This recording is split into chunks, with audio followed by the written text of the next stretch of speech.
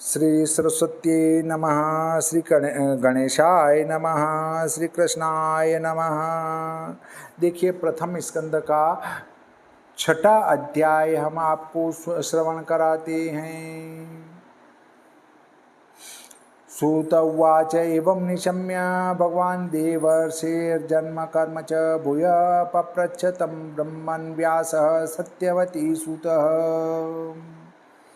मिले छठे अध्याय में जो नारद को सिद्ध जगत माहे जाते भय नारद परम प्रसिद्ध। इतनी कथा सुनाकर सूत जी बोले कि हे शौनक ऋषि, सत्यवती सुत व्यास जी देवर्षि नारद के जन्म कर्म की कथा सुनाकर फिर नारद जी से पूछने लगे कि हे कृपा सिंधु, वह ज्ञान दाता भिक्षु जब सब चले गए तो आपने प्रथम अवस्था में क्या किया?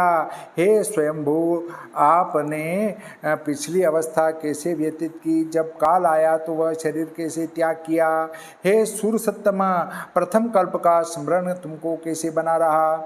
सबको परलोक दाता ग्रह काल खंडित न हुआ, तुम्हारी स्मृति भी खंडित न हुई, वह कहो। श्री नारद जी बोले कि ज्ञानदाता भिक्षु जब चले गए तब आयु की आदि में यह किया। मेरी माता स्त्री स्वभाव मूढ़ दासी, कोई बात तक करनी जिसे न आए। एक मैं था, उसके अकेला बेटा मुझसे अधिक स्नेह रखे और मेरे निर्वाह की चिंता रात दिन करती रहे, परंतु मन में वह भी पराधीन और असमर्थ थी, जैसे काठ की पुतली नटुवे के वश में रहती हैं। माता के स्नेह से मैं उस ब्राह्मण के पास रहता रहा, परंतु मन में दिन रात यह विचार करता रहूं कि इस मोह की फांसी से किस दिन छूटूंगा। साधु लोगों की कृपा से मैं अपने आप को 5 वर्ष का नहीं समझता था।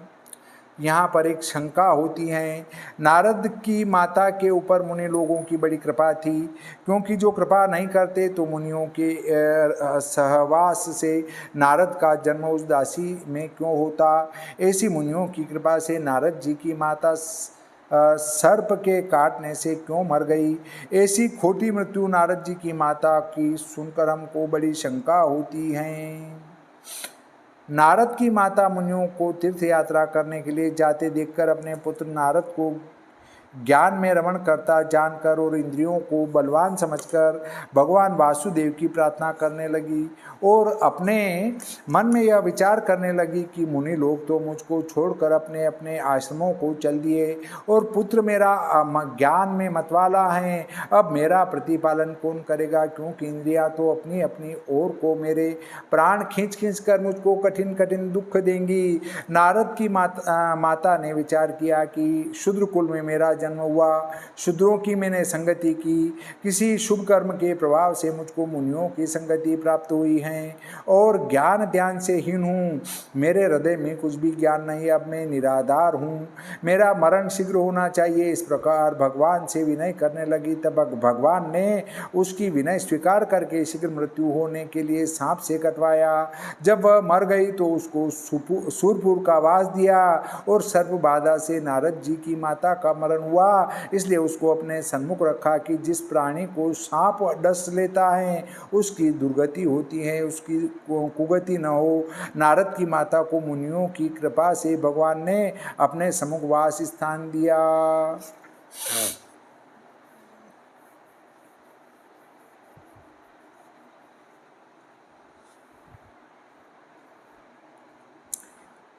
और मेरे निर्वाह की चिंता रात दिन करती रही, परंतु मन में वह भी पराधीन और असमर्थ थी, जैसे काठ की पुतली नटुवे के वश में रहती है। माता के स्नेह से मैं उस ब्राह्मण के पास रहता रहा, परंतु मन में दिन रात यह विचार करता रहा हूँ कि मोह की फांसी से किस दिन छूटूंगा। साधु लोगों की कृपा से मैं अपने आप को 5 वर्ष का नहीं समझता था। एक दिन मेरी माता उस ब्राह्मण के लिए दूध दुहाने को जाती थी, सो मार्ग में उस बेचारी को काले सर्प ने डस लिया।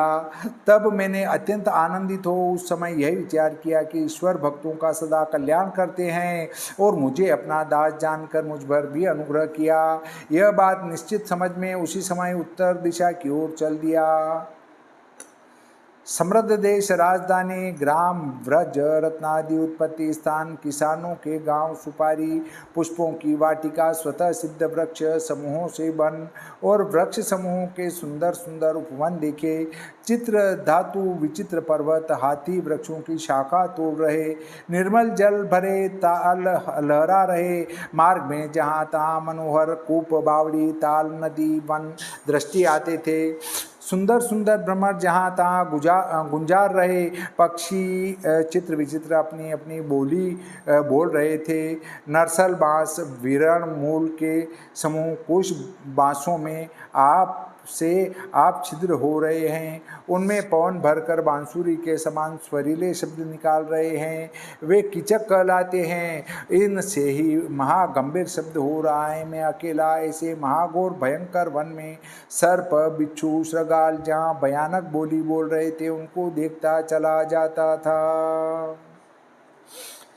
चलते चलते सब शरीर शिथिल हो गया तो एक सुंदर सरोवर मुझको दृष्टि आया।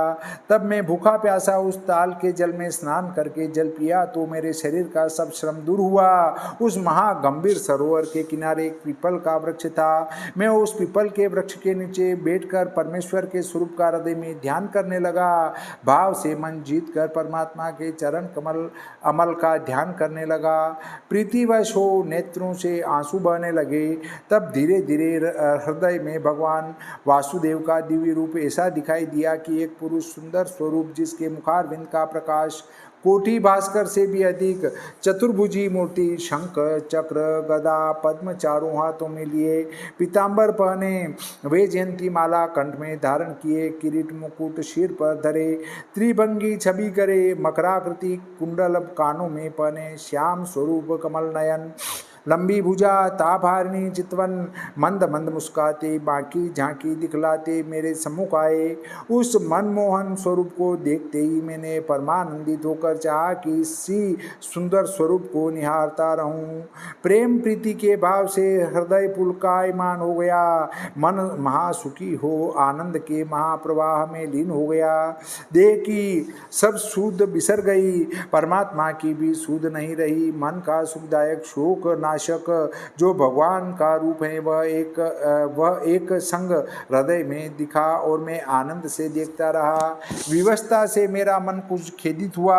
जब वह स्वरूप मेरे ध्यान से अंतर ध्यान हुआ, उस रूप को देखने के लिए फिर हृदय में मन लगाया। प्रथम जो रूप देखा था वह रूप फिर दिखाई नहीं दिया। उस एकांत वन में परमेश्वर ने गंभीर आकाशवाणी से मुझे यत्नशील के मन का सब शोक दूर कर दिया।